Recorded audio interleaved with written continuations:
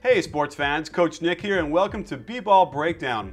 Looking at Game 1 between the Spurs and the Heat, the thing that might jump out at you first is that the Heat forced 23 turnovers by the Spurs. And that's been a big meme on Twitter about how they were really killing the Spurs and making them uncomfortable on their offense. However, when you look deeper, we need to separate those turnovers into live ball turnovers and dead ball turnovers, because it's the live ball turnovers the Heat must rely on if they have any hope of winning this series. And when you look at that compared to what the Spurs did, it's actually quite even. While the Heat like to blitz the pick and roll and put pressure that way, they're going to be in trouble if they let the Spurs throw 4 or 5 easy passes around the perimeter like this. LeBron unnecessarily calls switch on this flex action, Bosh doesn't respond, but Wade covers nicely by closing out and getting the steal. And these are the kind that kill you when LeBron can just dunk it.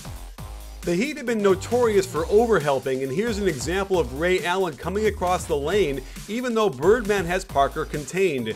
This leaves Battier to guard 2 on the weak side. Kawhi smartly cuts to the hoop, but this time Ray Allen's presence causes the pass to be slightly off, and Ray gets his chicken wing out there, no call, and throws it down. There were some uncharacteristic turnovers, like Parker not going to the outlet pass leads to this nice steal by Ray, and Green makes it worse by not closing out on him, giving him the easiest shot he's had all playoffs long. The Spurs committed 7 of their 23 total turnovers trying to feed the ball to Duncan, and the Heat were able to capitalize on this one when Bosh simply sprints to the corner and Splitter does a lousy job simply picking up his man. Perhaps it was the Heat in the building, but the Spurs struggled with decision making down the stretch. They do a great job to force a mismatch of Bosh on Parker, yet they don't take advantage of this. Instead, Manu nearly throws it away before LeBron does an awesome job to swim move in front of Duncan for the steal. And the Heat come right down into a half-court set. While the Spurs got back in time to avoid a mismatch, they catch Duncan a step behind and Chris Bosh gets a big 4-point play. But there were quite a few turnovers where the Heat simply could not capitalize, like this bad Ginobili giveaway that turned into a cramp-induced missed LeBron layup. Splitter had a difficult game with the ball, throwing this dying quail to Bellinelli that Ray Allen makes a very nice play on. And the Heat actually get a decent 2-for-1 shot from Cole in the corner, he just can't hit it. They also forced Duncan to throw a similar pass away when Kawhi leaves his flare screen way too early, but not only do the Heat not take advantage when Wade throws a terrible pass across court that gets stolen, the Spurs sprint down the court and somehow with their voodoo convince Bosh to leave his man under the hoop all alone for the layup.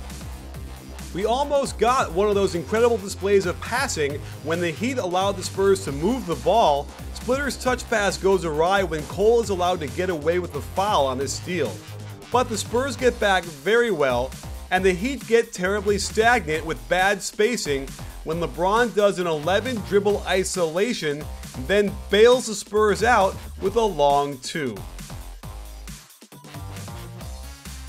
As you can see, while the Heat were able to force a high volume of turnovers, they didn't generate the kind of efficient points they needed to ultimately win this game. Of the 14 live ball turnovers, they only scored on 8 of those. Now, let's look at the Heat turnovers and how the Spurs were able to turn those into efficient points. The Spurs forced 8 live ball turnovers and scored on all but 1 of them. So you can see that the Spurs were the ones who easily balanced out their miscues and basically turned it into an advantage. There is a distinct difference in how the Spurs attack the basket after a steal, and watch how Manu takes away Wade's low post position, then LeBron just throws it to him. Back in transition, it's Tony Parker in the Hornets' nest, buzzing around till he's darted to the rim. Chalmers tries to get things going with a mad dash to the rim, but they collapse on him and he can't kick it out to LeBron.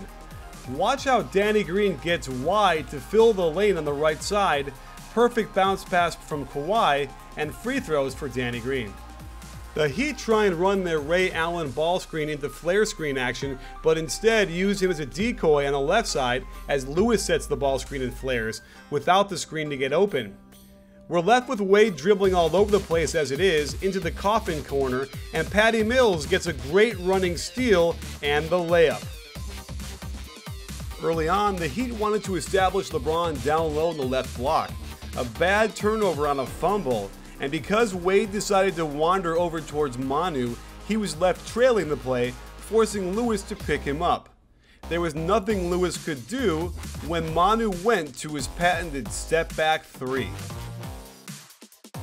Later in the first, Manu was able to dig out the ball from Chalmers, and he can't get back to Manu, who sprinted right to the left wing for another three ball.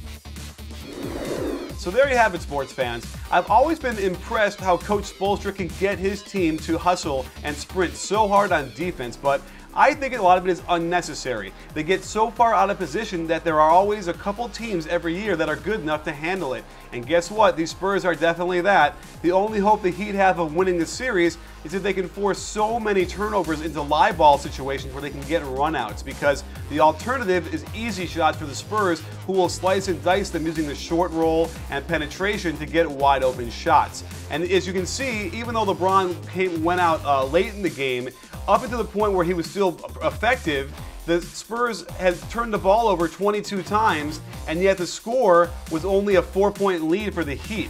And that should have been a blowout for the Heat. So it tells you a lot about what's happening when they're not getting those turnovers. So keep your eye on that.